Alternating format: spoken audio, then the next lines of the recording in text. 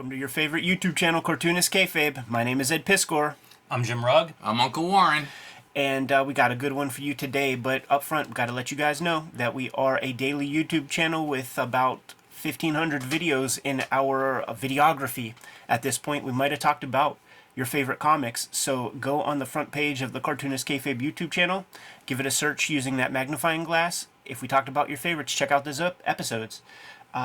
The King Kayfabers who support our Patreon get all of the videos before anybody else.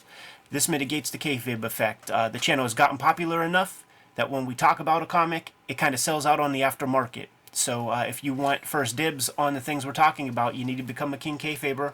We also have a live stream recording session where the Kings are in the chat room, a private chat room, hanging out with us as we record these episodes. So they're getting a jump on the kayfabe effect even before the produced videos are even edited.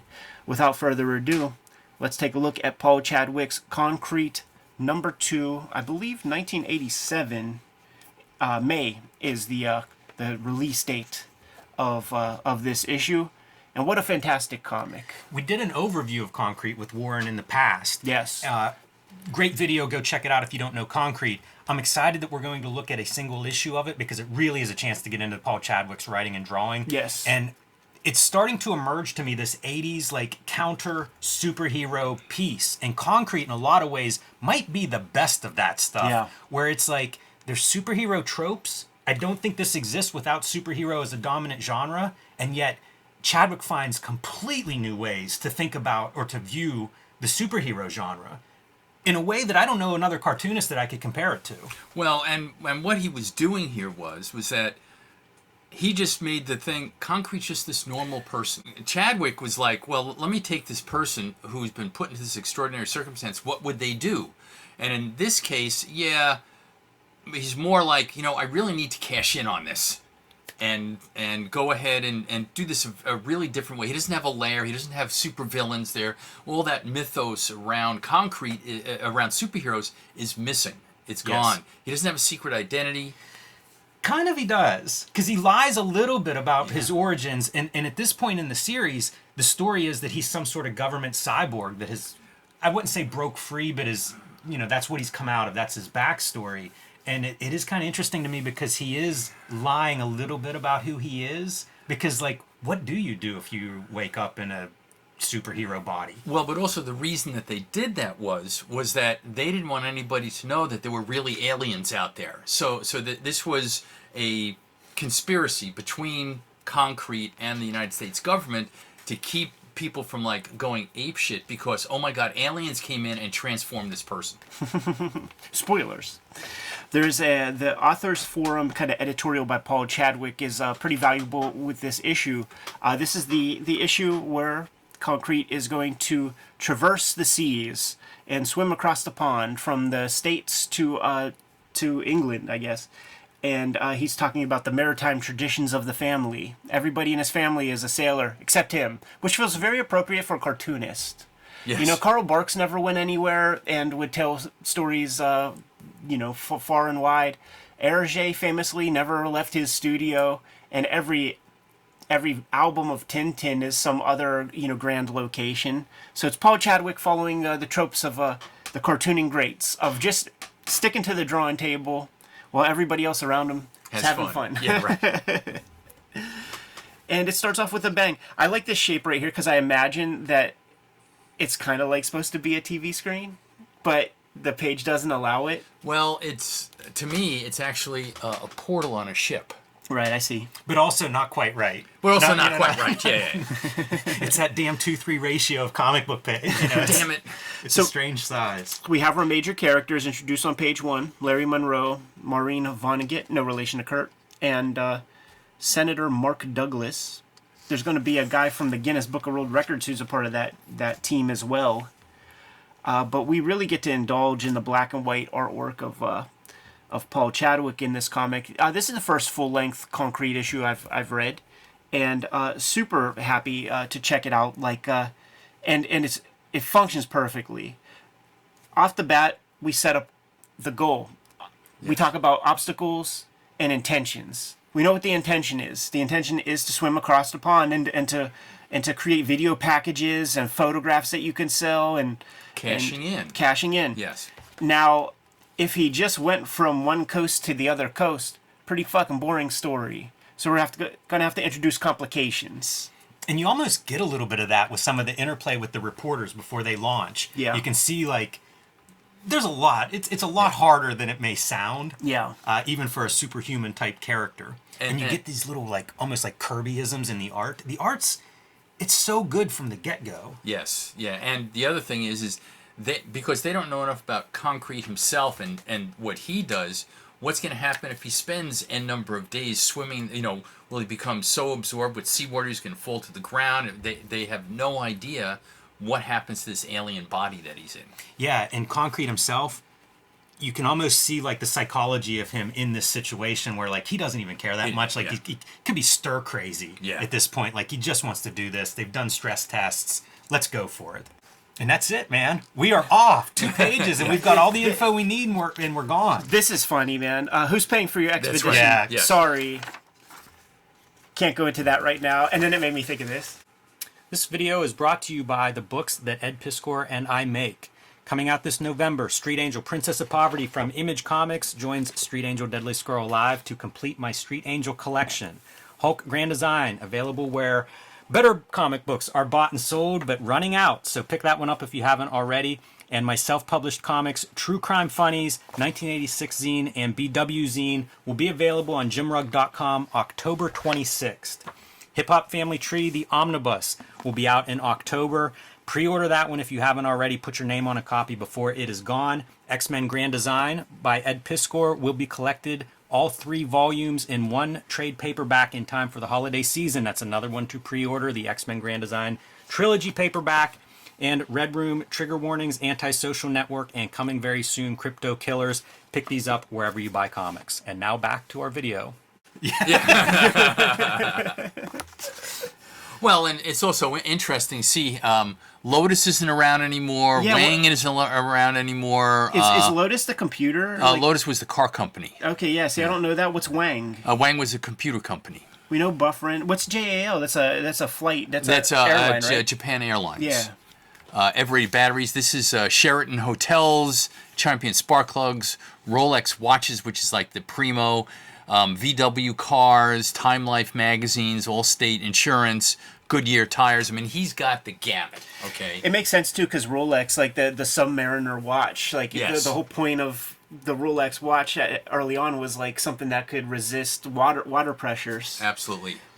It makes me think of stuff like Youngblood whenever Rob Liefeld's doing celebrity superheroes and the idea of sponsorships with that. Never, by the way, sold as well as this one panel Yeah, sells. sure. This concept. Totally. But it's great, the idea of like, okay, this is a superhero comic that's outside of most of the tropes of the superhero genre, Yes. but we're even dealing with capitalism of the subtext of like, what do you do with those superpowers? How does the Fantastic Four make their money and That's get right. to live in that fantastic building? Yeah. You know, like you're getting some of that here, and it's not heavy-handed. It doesn't take long to explain it. It's 1 or 2 panels, and we've got And that that's across. it. Right, exactly. And this is also an old television screen. So, you know, there's something lost that 30 years ago. This is what people were looking at in terms of a TV, not these very square 16:9 ratio pieces of plastic. There are many interpretations of concrete and water that we'll probably point out, but you could see these different versions. It's so good, such a good it's approach. amazing. He has to invent something in order to tell this story, and I think Chadwick handles it brilliantly, consistently in this comic. I think he puts a lot of fantastic thought into concrete as a organism, and Yes. explaining how he works, and you know the body heat, like puts a lot of thought into the character. He also puts a lot of thought into this expedition, the idea of like having a communication device and ways to feed the guy and stuff. That's what we got right here. Here's make a flip book. Yes. Yeah, exactly. A note on our Guinness Record Observer.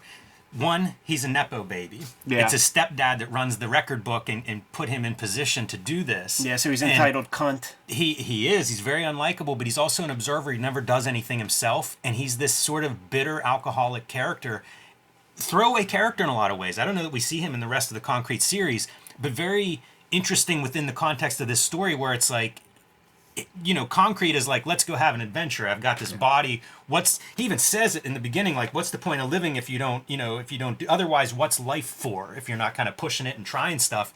This Guinness observer is the exact opposite. And you see him as like this, shriveled up old bitter guy. Yeah. And it's like, kind of cool, man, from a storytelling standpoint. Gets a lot of mileage out of a character that, again, you're getting all of that in a couple of panels. It's another great storytelling piece, too, that Chadwick is building here, because now you're putting that guy literally on a desert island with other people. So you're creating immediate conflict. Mm-hmm. He's touching titties and stuff like that right here.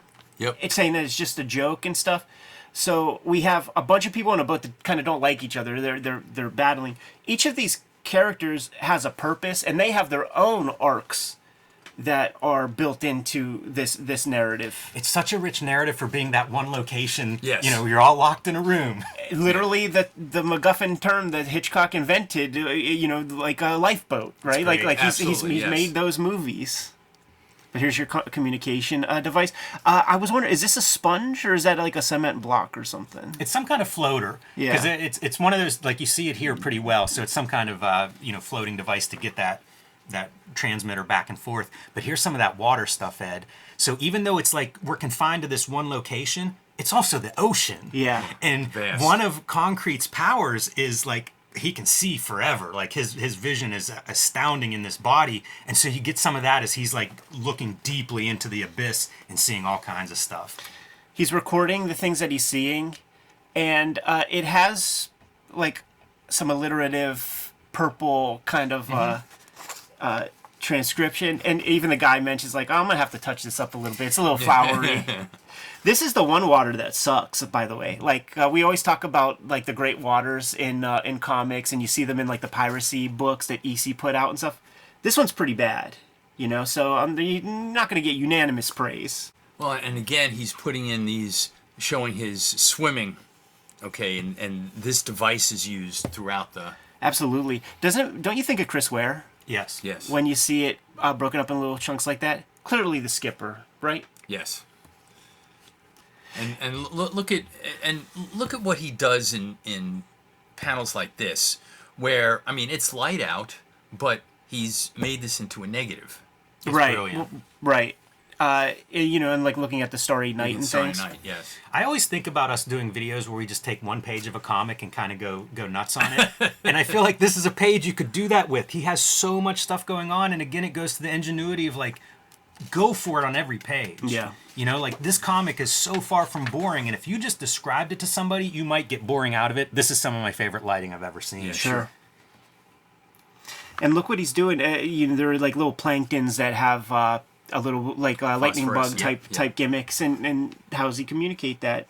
Makes it starry under the water too. But look at that water approach by creating that little barrier, kind of a gutter between, like it's almost two panels. You got above water and below. You see other cool versions of that where you have the straight line. When we were in Hawaii, Jimmy, sitting at the beach and like looking out into the ocean, I remember thinking, because it never stops, right? Like, how would I draw this?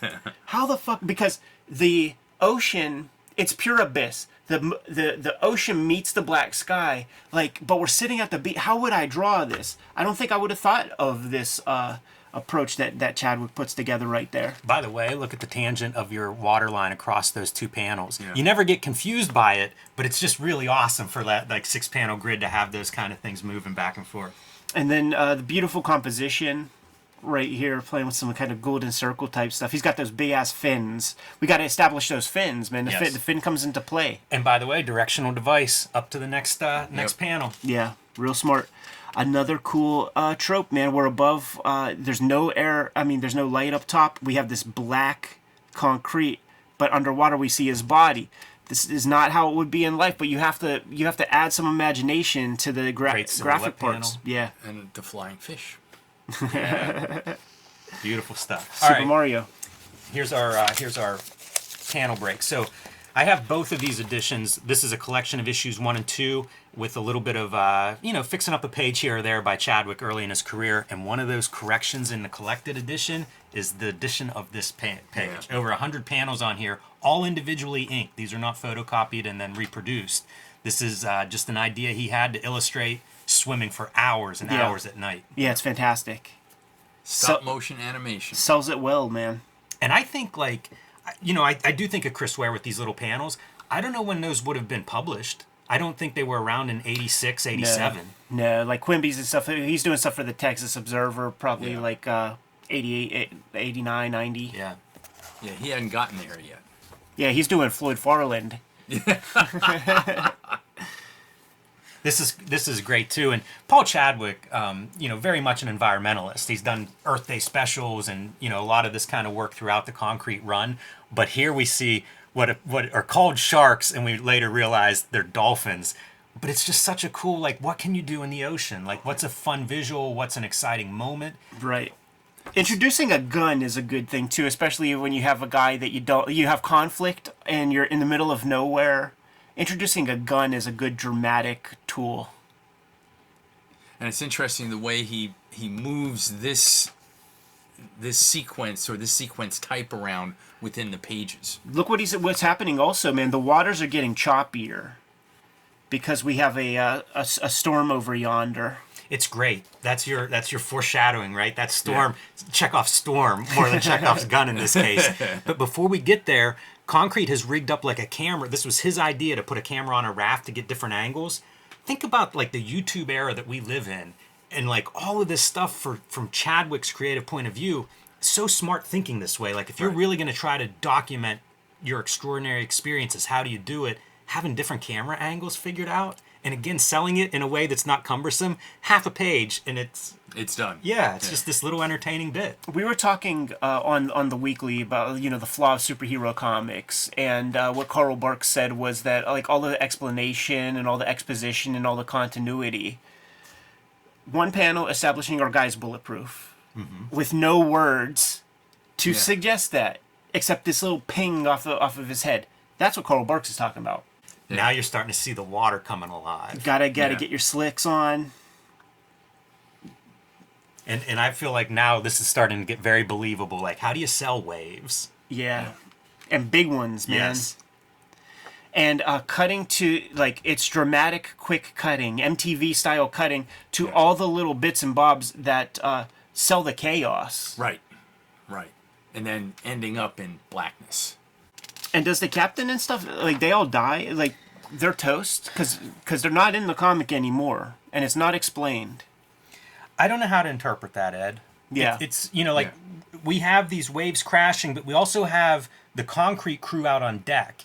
So did they get swept away in a wave? Or did the boat capsize? I don't know. Yeah, and all of a sudden they're in a lifeboat. And so there's no... How did they get from point A to... all we saw on the previous page were 6-7 panels of black. And so there's no explanation there. It's just kind of... You have to kind of take it on faith that they got themselves together and got the lifeboat blown up. They got into it, and now they have a different problem. Yes, and this happens at night to kind of further cloud it. It's probably one of those things where maybe an extra page would have given us a little more clarity. But I also don't mind not having that clarity. Like, a bad storm happened. You could sell that in a 2-page spread if you wanted to. We don't have that luxury here, but we see the aftermath the next morning, and it's like, this is what's left. And who knows what happened, and there's nothing we can do about it anyway. This is a series, and it's something that Chadwick can explore at a later date. So he's giving himself a little bit of subject matter that he could fall back on if he's in need of a future story.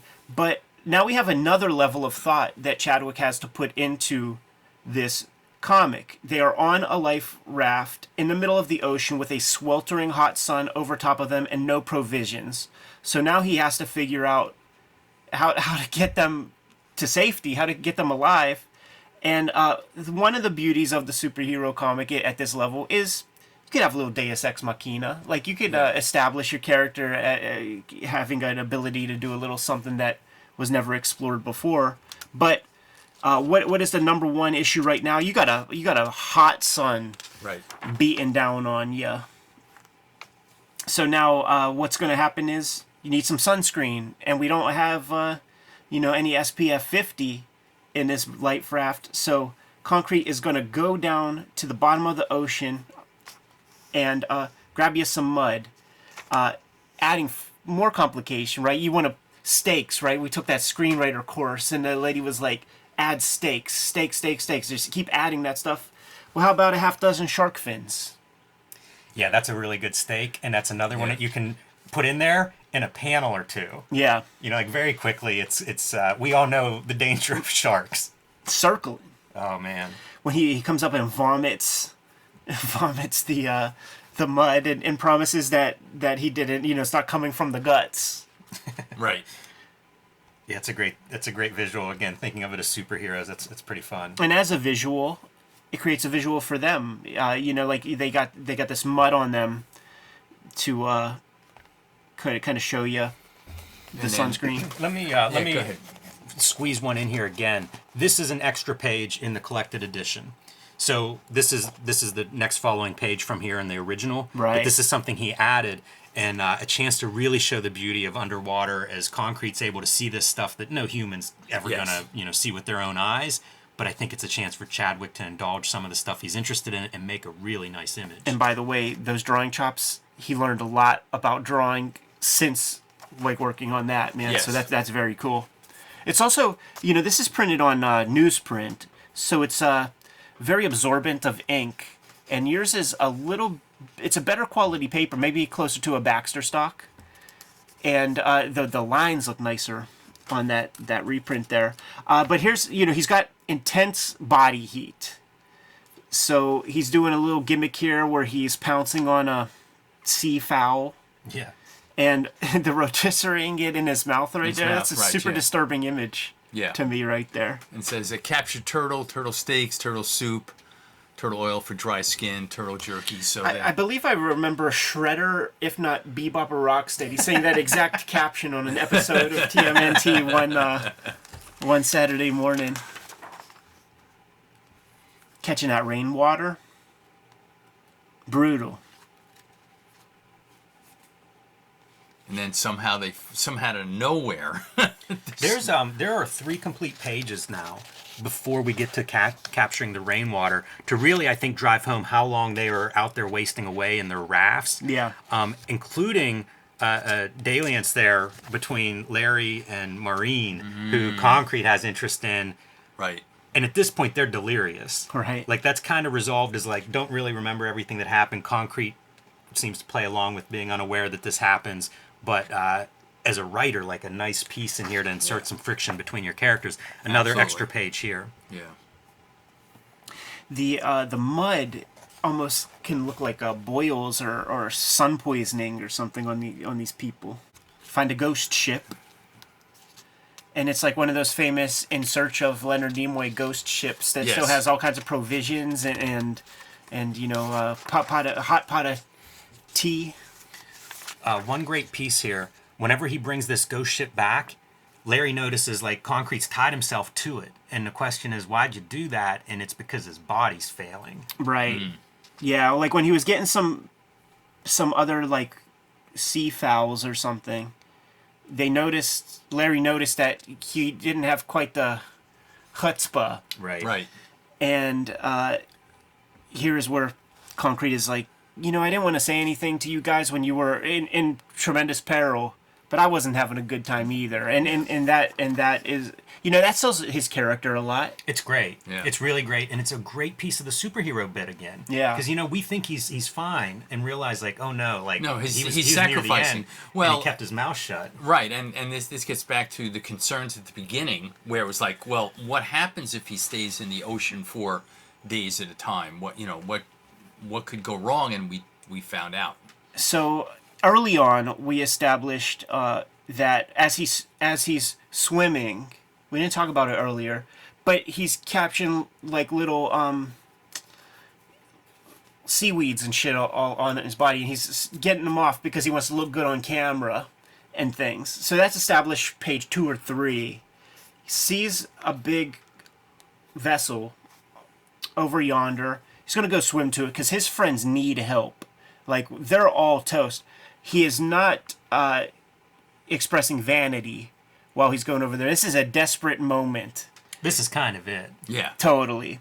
And he's just accumulating sea sludge and vines and seaweed and, the Pacific trash island things, little plastics and shit all over his body.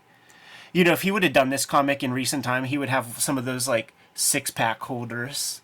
Yeah, right. Yeah. On our guy. And this means reminiscent of the pre-superhero Marvels. Absolutely. All the creatures on the front cover. Absolutely. It looks like a Kirby-esque Atlas Fim, horror. Foo, fa, bim, bam, boom. Okay. And shows up and like creates the plausibility. If you're a guy on a ship and this thing comes up speaking gibberish, Right. you have no choice but to destroy it. Well, and the reason why he's speaking gibberish is that his vocal cords were failing because his body was failing. Yeah. I love the demon from hell. Yeah, right. This whole page is great too. Great directional devices that Chadwick. He's so good with his page designs. Yeah.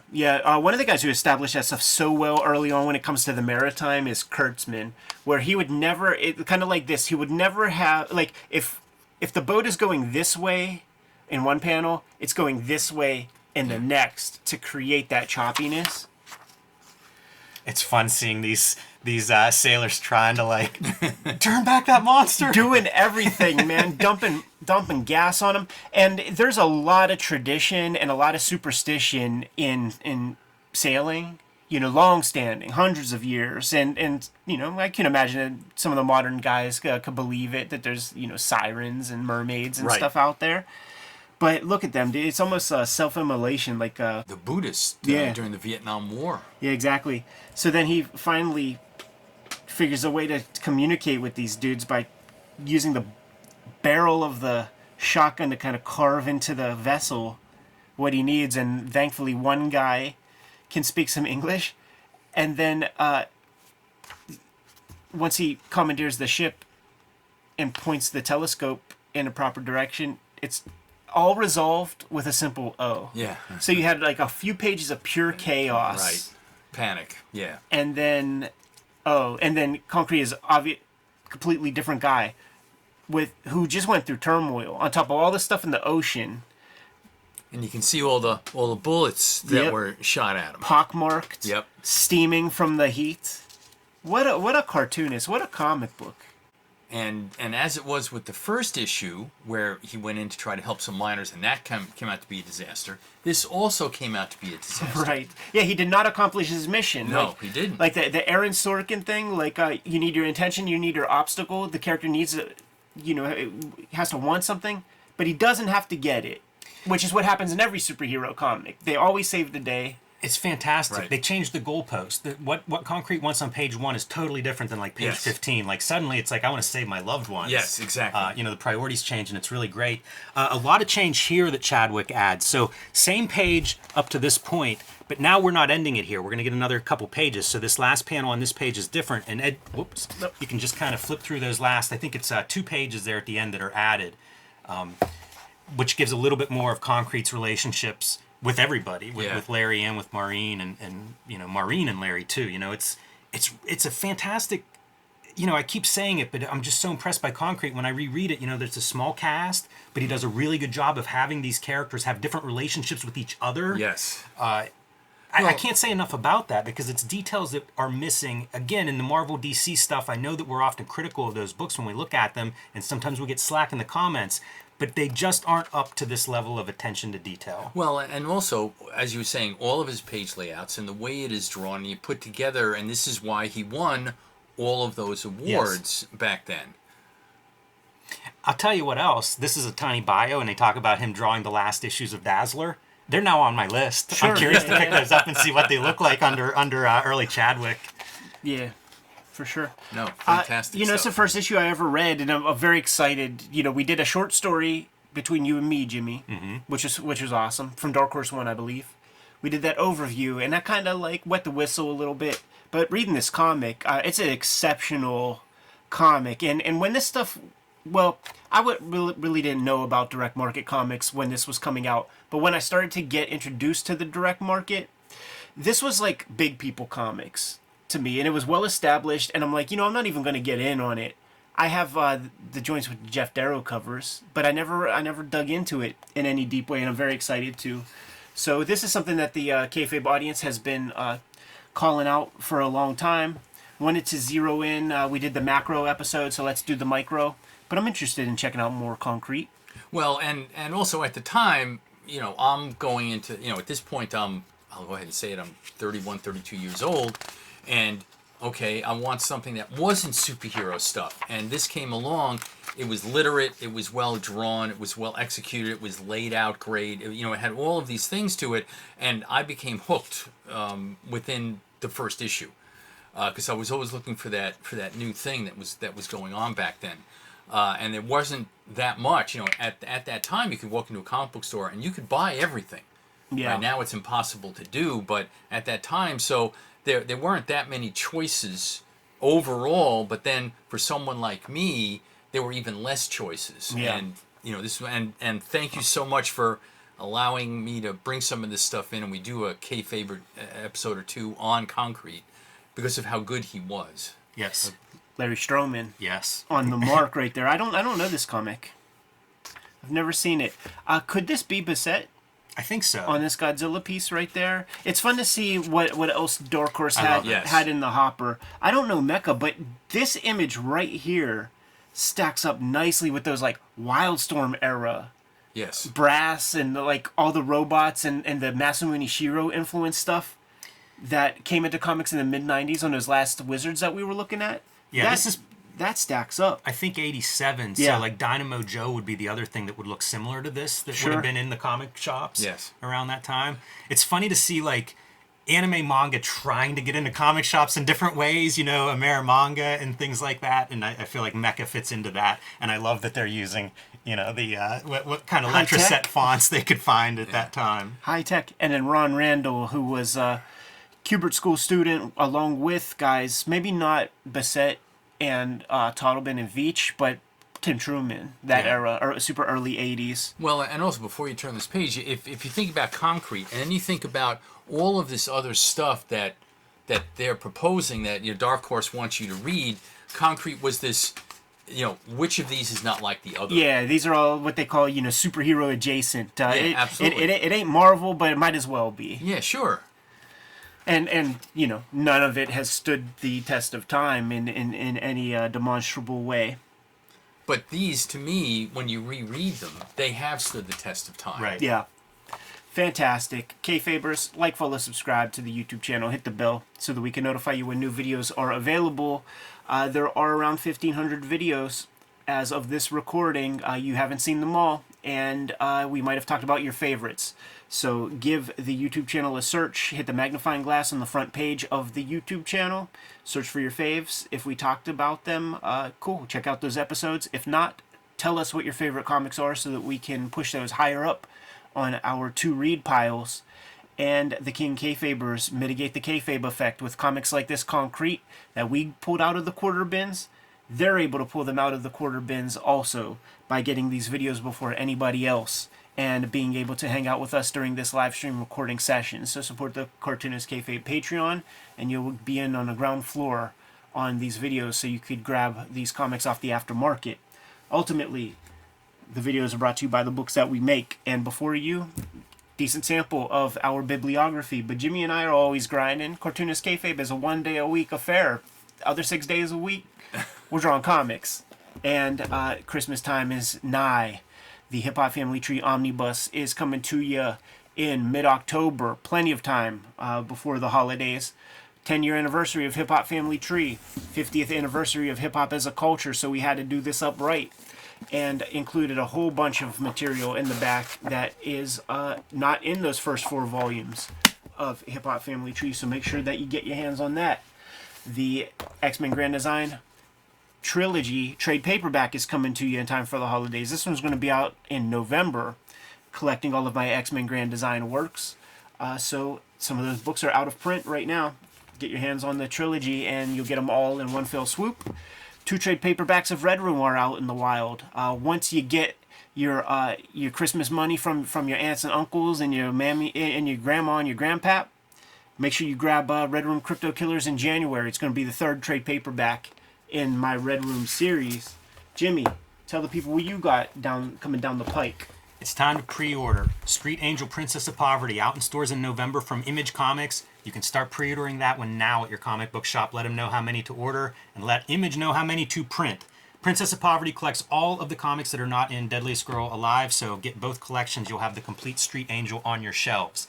I have been self-publishing lately, and I will be launching a web sale at the end of October, October 26th, where you can pick up True Crime Funnies, a collection of non-fiction anthology there, the black and white zine, highlighting a lot of the black and white explosion books that I love so much, showing off panels, ads, editorial pages, things of that nature. And the 1986 zine, which, by the way, that's the year that Concrete is first published. So there is some mention of the beginning of Dark Horse Comics, which started in 1986 in this zine. So mark October 26th on your calendars. And Hulk Grand Design, out of print at the distribution level, which means thank those comic shops that ordered a copy and have it on their shelves. Go pick those up. I want to see these out of comic shops before Christmas this year. And keep in mind, Marvel doesn't keep their books in print. So if you want a copy of Hulk Grand Design, you got to grab it now before it's too late. Uncle Warren, thank you so much for joining us this round. I think we've got 30, 40 videos that we've recorded something with like you that, yes. to date. It's an honor, to say the least. Grand Poobah of SPX and the author, curator of several fantastic books, including Cartoons for Victory. Cartoons for Victory. There are other ways to support the Cartoonist Kayfabe channel. Jimmy, let the people know how they can keep these videos coming to them on a regular basis. You can subscribe to the Cartoonist Kayfabe e-newsletter at the links below this video. You can also pick up Cartoonist Kayfabe t-shirts, merchandise, mugs, hats, stickers, and more at our spread shop. That link is also under this video in the show notes. Thank you guys so much for supporting the channel in the ways that you have. Let's keep these videos coming out on a regular basis. Jimmy, please give the final marching orders so that we can be on our way. Read more comics.